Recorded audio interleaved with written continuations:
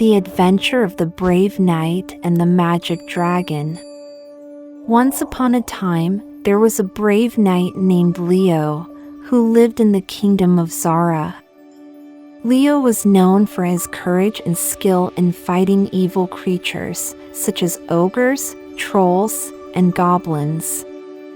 He always dreamed of becoming the greatest hero in the land, and he was always ready for a new challenge.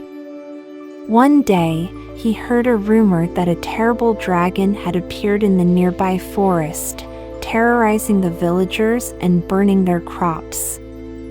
Leo decided to go and slay the dragon and prove his valor to the king and the people. He took his sword and shield, mounted his horse, and rode to the forest. As he entered the forest, he saw a trail of smoke and ashes, leading him to the dragon's lair. He followed the trail until he reached a large cave. He dismounted his horse and entered the cave cautiously. He expected to find a fierce and monstrous dragon, but instead, he saw a small and cute dragon sleeping on a pile of treasure. Leo was surprised, but he thought that maybe the dragon was just a baby and that its parents were somewhere else. He decided to take advantage of the situation and sneak up on the dragon while it was still asleep. He raised his sword and prepared to strike. But before he could do anything, the dragon opened its eyes and looked at him curiously. It said, "Hello, who are you?" Leo was shocked. He had never heard a dragon speak before. He lowered his sword and said, "I am Leo, a knight from the kingdom of Zara. And you are a dragon, a dangerous and evil creature. I came here to slay you and save the villagers from your wrath." The dragon tilted its head and said, "Slay me? Why would you do that? I have never harmed anyone. I only came here to find a place to sleep and to collect some shiny things. I like shiny things. They make me happy." Leo was confused. He said, "But what about the smoke and the fire? You have been burning the forest and the crops, haven't you?" The dragon shook its head and said, "No, no, no. That was not me. That was the other dragon. The big and mean one. He is the one who likes to destroy things and scare people. He is very bad. I don't like him. He always bullies me and takes away my shiny things. He is the reason why I left my home and came here." Leo was astonished. He said, "There is another dragon? Where is he?" The dragon pointed to the back of the cave and said, "He is over there. He is sleeping now, but he will wake up soon. He is very strong and scary. You should not go near him. He will hurt you." Leo was curious. He said, "Can you show me where he is?" The dragon nodded and said, "Okay, but you have to be very quiet and very careful. He does not like visitors. Come with me." The dragon got up and walked to the back of the cave, followed by Leo. As they walked, Leo noticed that the dragon had a collar around its neck with a pendant that looked like a star. He asked, "What is that on your neck?" The dragon touched the pendant and said, "This is my magic star. It is a gift from my mother. She said it will protect me and help me when I need it. It is very special. It is the only thing that the other dragon could not take from me." Leo was intrigued. He said, "What does it do?" The dragon said, "It can do many things. It can make me invisible, or fly, or breathe fire, or change my shape, or heal my wounds, or create illusions, or teleport, or. I don't know. It can do whatever I want it to do. It is very powerful, but I don't use it very often. I only use it when I really need it. Like when I escaped from the other dragon, or when I found this cave, or when I met you." Leo was amazed. He said, "That is incredible. You have a magic star, and you can do all those things. You are not just a dragon.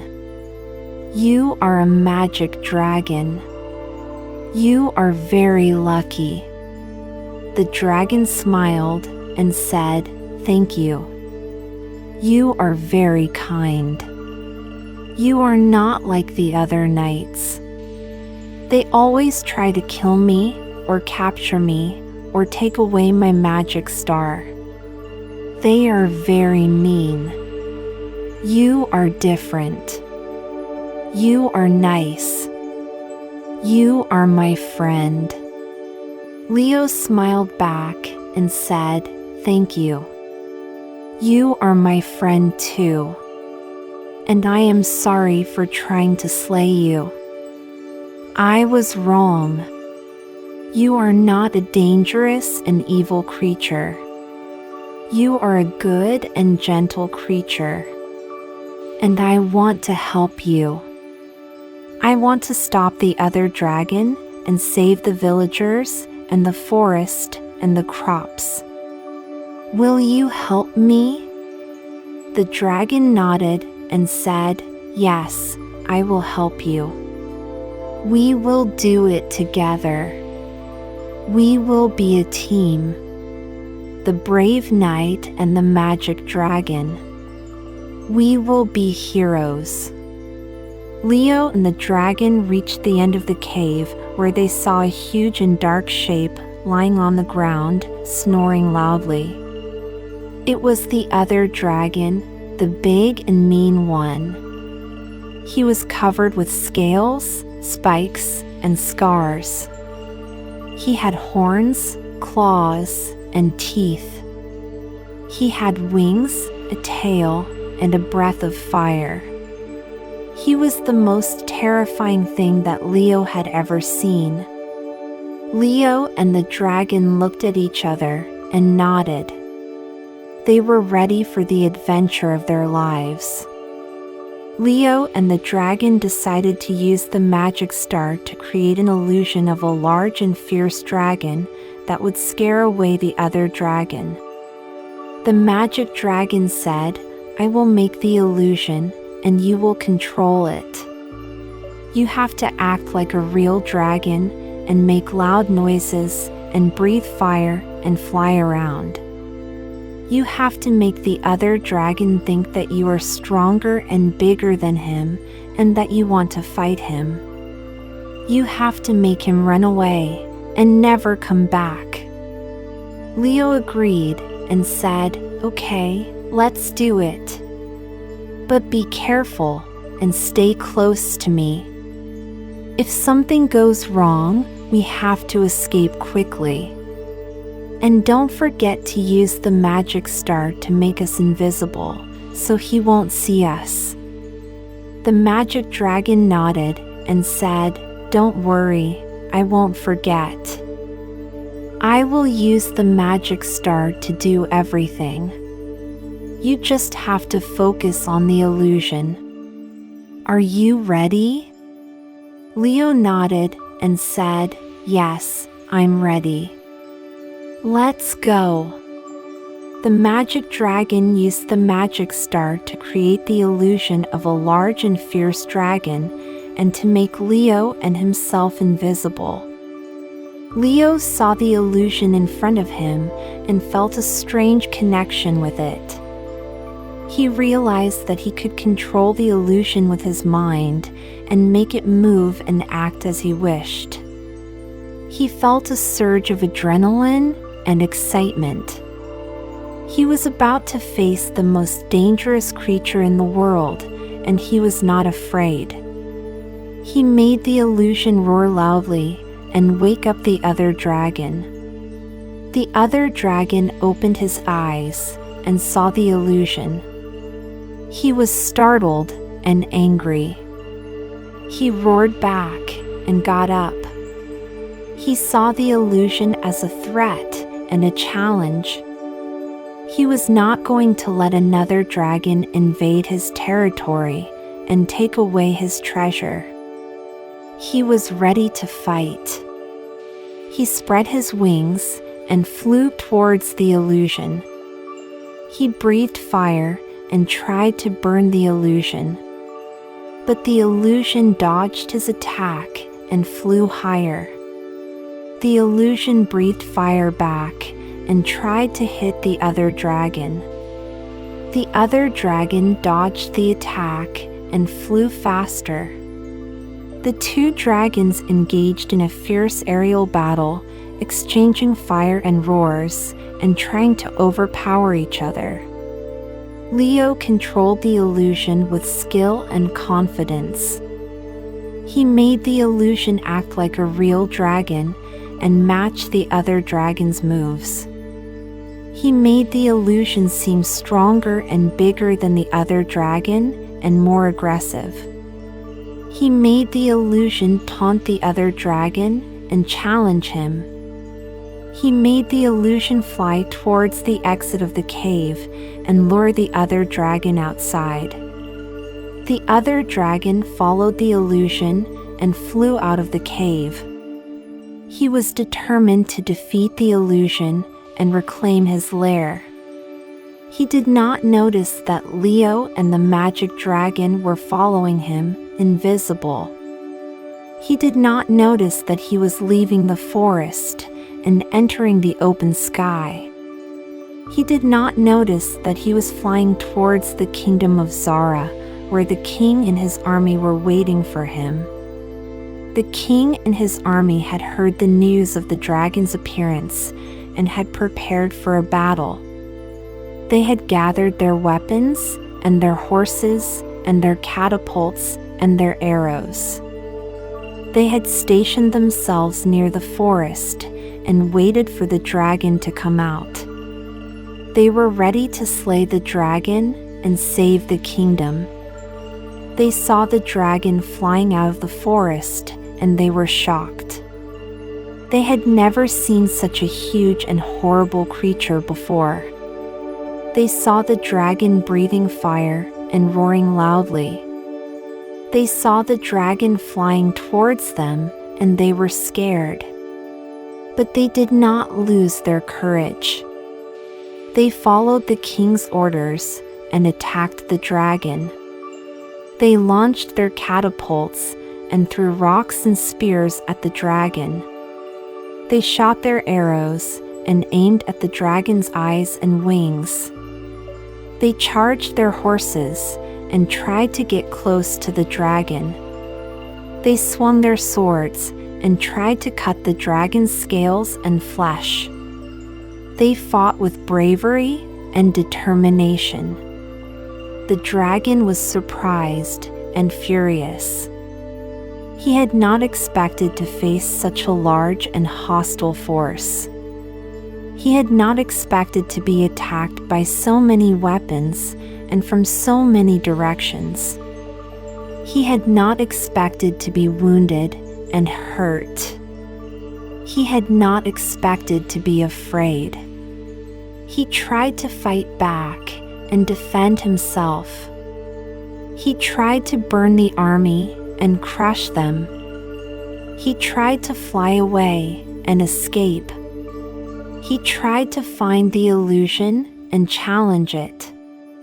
But he could not do anything. He was outnumbered and outmatched. He was injured and weakened. He was trapped and doomed. He realized that he had made a mistake and that he had fallen into a trap. He realized that he had been fooled and that he had been tricked. He realized that he had been defeated and that he had lost. He realized that he had no chance and no hope. He gave up and surrendered. He landed on the ground and curled up. He closed his eyes and waited for his fate. He hoped that it would be quick and painless. Leo and the magic dragon saw the other dragon's defeat, and they were relieved. They had succeeded in their plan, and they had stopped the other dragon. They had saved the villagers and the forest and the crops. They had helped the king and the army and the kingdom. They had done a great deed, and they were proud. They decided to end the illusion and reveal themselves. They used the magic star to make themselves visible and flew towards the king. They hoped that the king would be grateful and friendly. They hoped that the king would not harm them or take away their magic star. They hoped that the king would recognize them and reward them. They landed near the king and bowed. They said, "Your Majesty, we are the ones who created the illusion of the large and fierce dragon and lured the other dragon out of the cave. We are the ones who helped you defeat the other dragon and save the kingdom. We are the brave knight and the magic dragon, and we are your friends." The king and his army saw Leo and the magic dragon, and they were amazed. They had never seen such a small and cute dragon before. They had never seen such a magic star before. They had never seen such a brave knight before. They had never seen such a strange and wonderful pair before. They realized that Leo and the magic dragon were the real heroes and that they owed them their lives. They realized that Leo and the magic dragon were not enemies, but allies. They realized that Leo and the magic dragon were not dangerous, but gentle. They realized that Leo and the magic dragon were not creatures, but friends. They cheered and applauded. They praised and thanked. They honored and celebrated. They welcomed and embraced. They gave Leo and the magic dragon gifts and medals. They gave Leo and the magic dragon respect and admiration. They gave Leo and the magic dragon a place and a home. Leo and the magic dragon were happy and grateful. They had fulfilled their dream and become the greatest heroes in the land. They had made many friends and found a new family. They had done a good deed and received a good reward. They had started a new life and a new adventure. They smiled and hugged. They said, "We did it. We did it together. We are a team. The brave knight and the magic dragon. We are heroes." And they lived happily ever after. Good night, little one. May you have the sweetest dreams.